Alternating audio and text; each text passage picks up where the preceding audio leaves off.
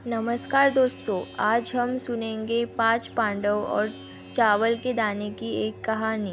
द्वापर युग के दौरान पांडव जंगल में रहते थे, जबकि दुर्योधन हस्तिनापुर में आराम से रहता था। एक दिन महर्षि दुर्वासा और उनके शिष्य अतिथि के रूप में हस्तिनापुर आए। दुर्योधन ने काफ़ी अच्छे तरह से उनका अतिथि सत्कार किया और इसी पवित्र काम के बीच दुर्योधन ने अपने मामा शकुनी के साथ मिलकर पांडवों को परास्त करने की एक योजना बनाई। जब महर्षि दुर्वासा ने कहा कि हम अब भोजन करेंगे, तब दुर्योधन बोला कि ऋषियों को भोजन करवाना तो एक महापुण्य का कार्य है, लेकिन महर्षि दुर्वासा, मैं आपसे अनुरोध करता हूँ कि इस महापुण्य को प्राप्त करने का अवसर मैं अपने बड़े भाई युधिष्ठिर को देना चाहता हूँ।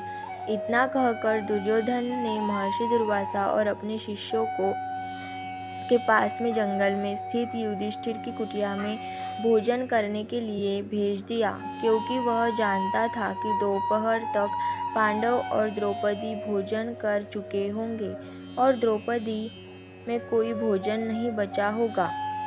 महर्षि दुर्वासा और उनके अनुयायी कुछ ही समय में पांडवों की कुटिया पर थे।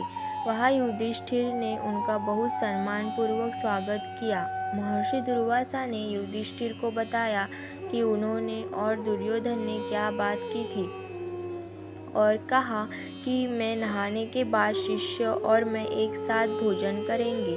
इतना कहकर सभी ऋषि स्नान करने नदी पर चले गए। धर्मराज युधिष्ठिर तुरंत द्रौपदी के पास गए और उसे सब कुछ बताया। द्रौपदी ने कहा, खाने के लिए कुछ भी नहीं बचा है। जब द्रौपदी ने इस बारे में सोचा तो यह सोचकर उसका दिल घबराने लगा।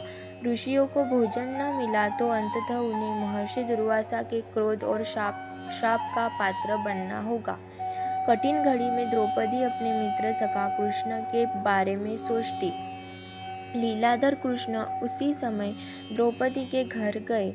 जब उन्होंने उसे देखा तो द्रौपदी उनके पास दौड़ी, उनका अभिवादन किया और अपनी समस्या बताने लगी। तो कृष्ण ने द्रौपदी से कहा कि तुम कुछ समय के लिए समस्या भूल जाओ और सबसे पहले मेरे लिए कुछ खाने को लाओ, मुझे बहुत भूख लगी है। तब द्रौपदी ने अक्षय पात्र लाकर कृष्ण को दे दिया। द्रौपदी ने अपनी समस्या भी बताई। महर्षि दुर्वासा और उनके अनुयायी शीघ्र ही भोजन करने आएंगे, लेकिन घर में खाने का एक टुकड़ा तक नहीं बचा है। द्रौपदी की बात सुनकर कृष्ण मुस्कुराए और बर्तन में देखने लगे। उस कटोरी में चावल का एक ही दाना बचा था। भगवान कृष्ण ने पूछा, ये क्या, इसमें अभी भी बहुत सारा भोजन है और चावल का आखिरी दाना खा लिया। इधर श्री कृष्ण चावल के उस एक दाने को खाते रहते हैं, उधर महर्षि दुर्वासा और उनके अनुचर स्नान करके नदी से बाहर आ गए तो उनका पेट भर गया और युधिष्ठिर की कुटिया में जाने के बजाय अपनी यात्रा पर निकल पड़े।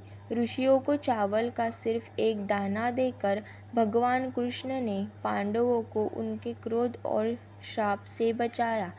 यदि आपको ये कहानी पसंद आई हो तो वीडियो को लाइक, शेयर और सब्सक्राइब करना ना